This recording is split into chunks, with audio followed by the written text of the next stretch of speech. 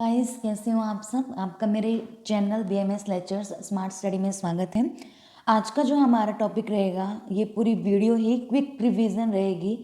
अगस्त तंत्र syllabus point 11 मद and मदात्य। Start करते हैं। एल्कोहल पॉइजनिंग मद एंड मदात्य।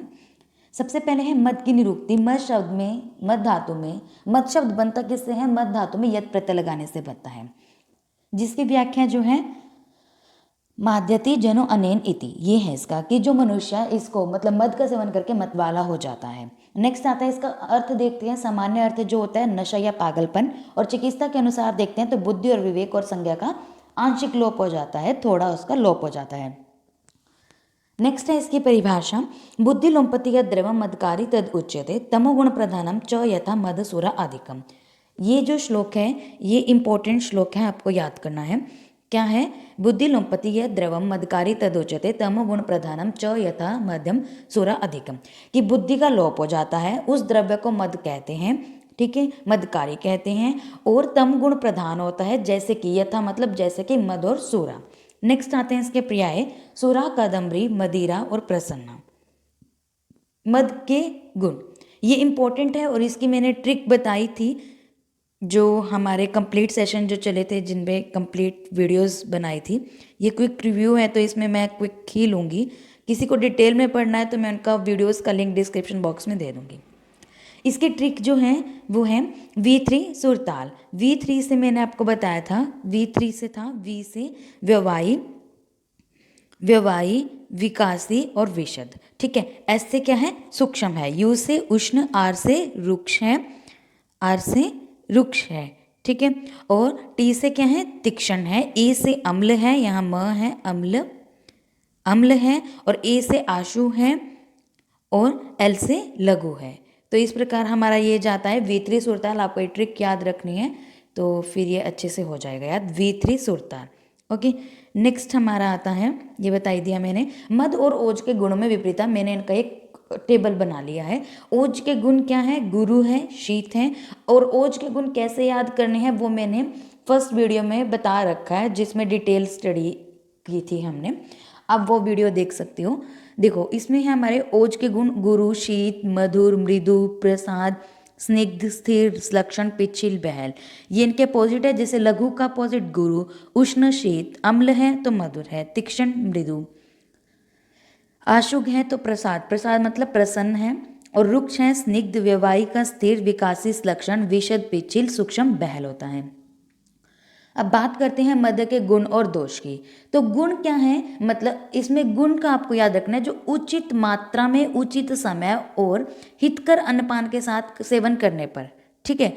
अगर आप उचित मात्रा में, उचित समय पे, उचित मात्रा में, उचित समय में और हितकर अन्नपान के साथ मद का सेवन करते हैं तो याद रखना है वो अमृत के समान गुणकारी है। इट्स इंपॉर्टेंट वन की उचित मात्रा में, तो उचित वर्ड तो आपको याद रखना है, यहाँ पे इसके गुण हैं, ठीक है। उसके बाद इन्होंने बताया कि उचित, आपको कैसे पता चलेगा कि आपने उचित मात्रा में ली है?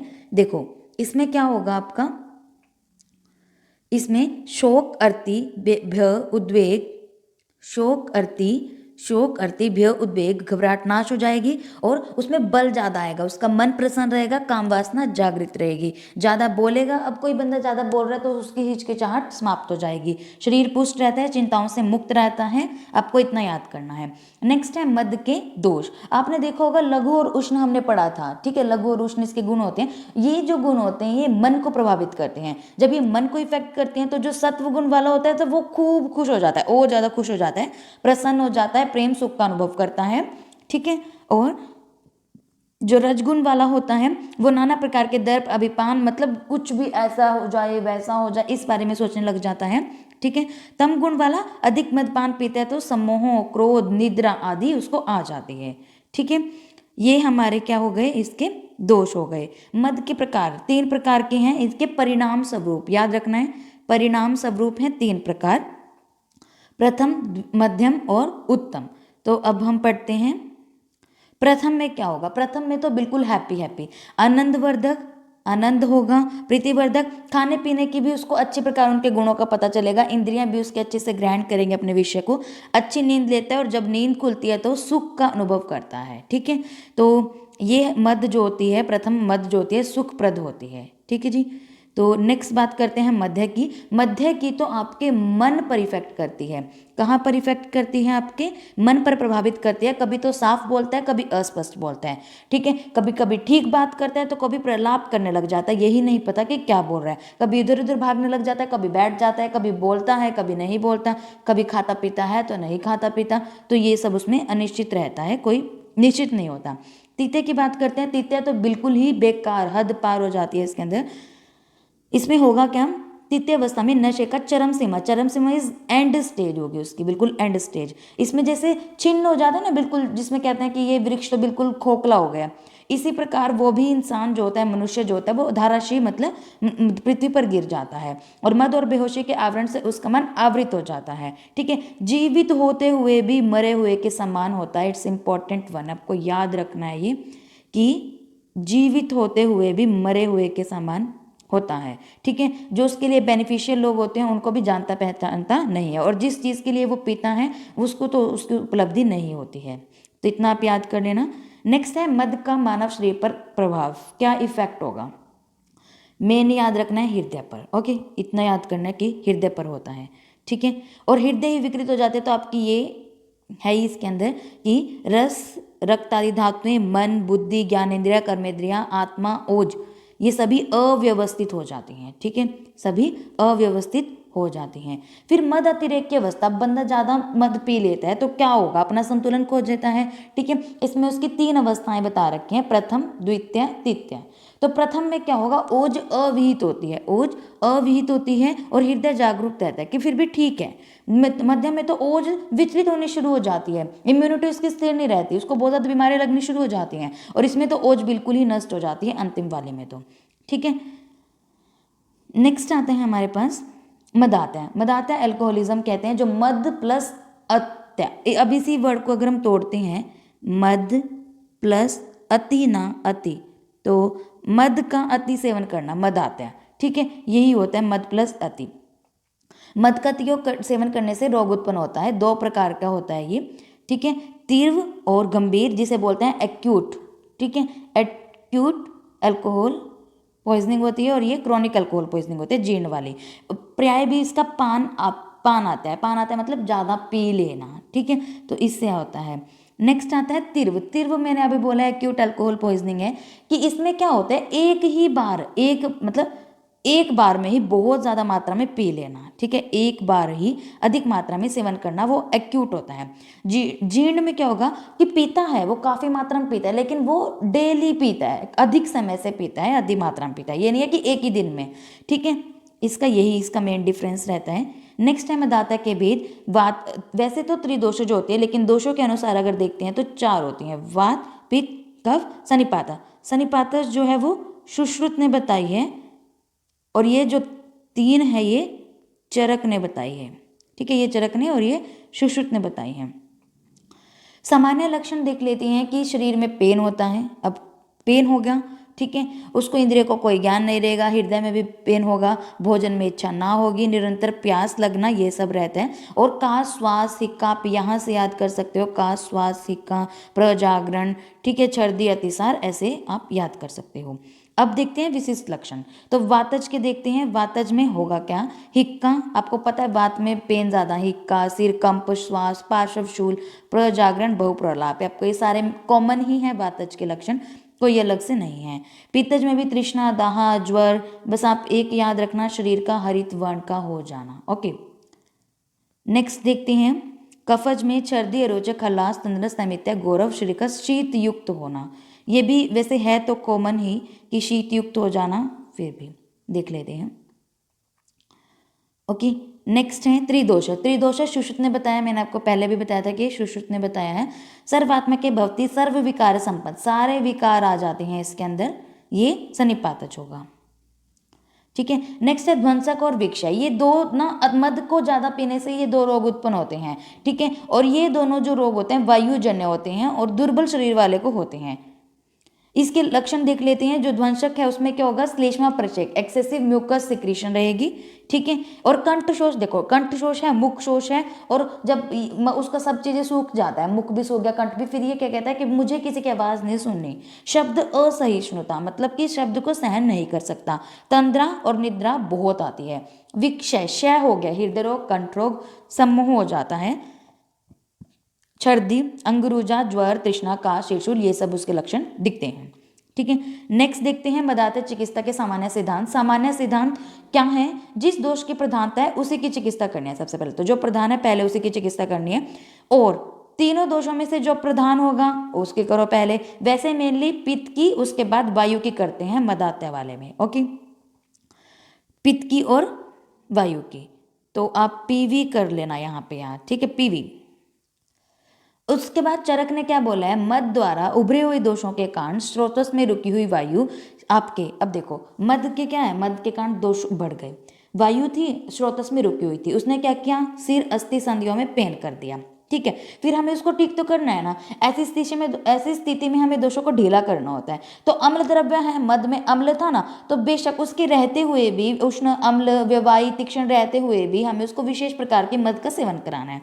जब उसको विशेष प्रकार के मद सेवन कराएंगे ना, तो उसके स्रोतस खुल जाएंगे। अब स्रोतस खुल गए, वायु का अनुलोमन होगा, अन्न में रुचि उत्पन्न होगी, ठीक है, और जो वायु के कारण पेन हो रहा था वो ठीक हो जाएगा। तो ये चरक ने बताया। चिकित्सा की अवधि 7 या 8 दिन की रहती है। उसके बाद अगर रहती है तो दोष अनुसार उसकी चिकित्सा करनी है। अब दोष अनुसार ही देख लेते हैं चिकित्सा हम। वातज मदाता की, मदिरा बोली है चावल के आटे में, आपको देखो खट्टी चीजें, नींबू है, इमली है, खट्टे बेर, इन सबको डाल के जीरा, सूंठ, नमक, इनको मिलाकर दे देनी है, पीने को देना है। पत्थर में स्निग्ध, उष्ण, लवण, ये चीजें लेनी है। पेया में खट्टे अनार का, इसमें से कोई एक दो कर लेना, जैसे शीतल जल, दही का पानी, ये कर लेना, ठीक है। उसके बाद आता है उष्ण जल। अब वात है तो ठंड तो लगती है इसमें, तो उष्ण जल से स्नान, कंबल, गुरु वस्त्रों को ओढ़ने को, ठीक है, उष्ण सैया, उष्ण वस्त्र, ये सब इसमें करना है, गर्म घर में रहना है। पित्तज में क्या होगा, पित्तज में खजूर, मुनिक्का, परुष्कर, डाडिम, इन सबको स्वरस को मध्य में मिलाकर देना है, ठंडा करके, उसमें यव, सत्तू और शर्करा मिलाकर देना है। आहार में आप कुछ भी याद कर सकते हो, चाहे आप इसमें याद कर लो कि जैसे खरगोश का, एन का, मांस का, इनका जो मांस होता है ना, मधुर और अम्ल द्रव्य में संस्कारित करके, मीन्स भून का। शाली चावल का भात और शाली और साठी दोनों का भात खाने को देना है। आगे भी हम पढ़ेंगे, देखो पेया में भी लिखा है। औषधि के, सेकंड वाला कर लेना, इसमें से आपको जोन सा सही लगता है। औषधि के पाचन उपरांत तितिर के मांस, तितिर, ठीक है, तितिर के मांस रस के साथ शाली या साठी का भात देना है, ओके। इसके अंदर शीतल, वही बोल रखा है, शीतल अन्न पान करना है, शीतल शैया, क्योंकि ये पित्त है, ठीक है। इसके बाद इसमें कुछ कॉम्प्लिकेशंस भी आ जाते हैं। तो वमन हो रही है तो आपको जौ का पतला सत्तू भरपूर मात्रा में खिला देना है, ठीक हो जाएगा। प्यास लग रही है तो खट्टा बेर, खट्टा अनार, इमली, आंवला और चुकरिका, इन पांचों का आपको मुख में लेप कर देना है। और दाह हो रही है तो पंखे, कूलर, ठंडी ठंडी हवा देनी है, ये सब करना है। कफ की देख लेते हैं। मेनली तो पहले आपको वमन और लंघन कराना है, उपवास कराना चाहिए, जिससे आम दोष पच जाए। मदिरा देखते हैं तो इसमें भी आप जैसे ये कर लेते हैं, इसके अंदर अजवाइन और सूंठ का चूर्ण, ये दे दो, ये भी दे दो, चाहे एक ही कर लेते हैं इसके अंदर से।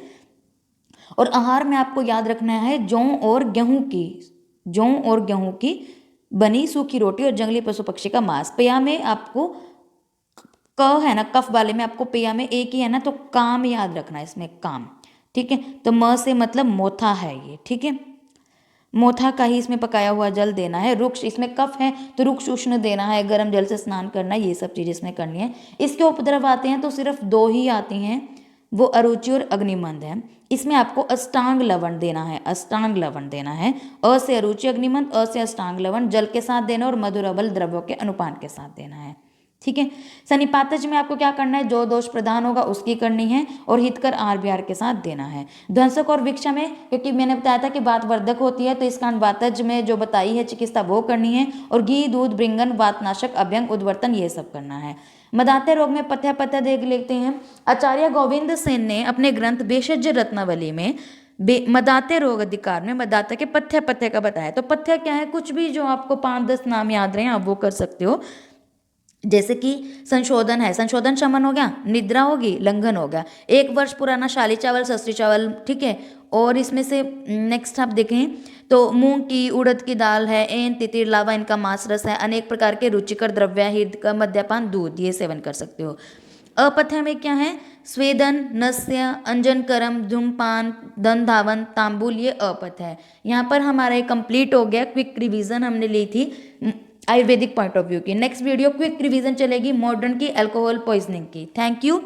और अगर किसी ने मेरे चैनल को सब्सक्राइब, लाइक, शेयर, कमेंट नहीं किया तो प्लीज़ मेरे चैनल को लाइक, कमेंट, शेयर, सब्सक्राइब कर दीजिए, जिससे आप, और बेल आइकन का बटन जरूर बताइए, जिससे मेरी नेक्स्ट आने वाली वीडियो का नोटिफिकेशन आपके पास आ सके।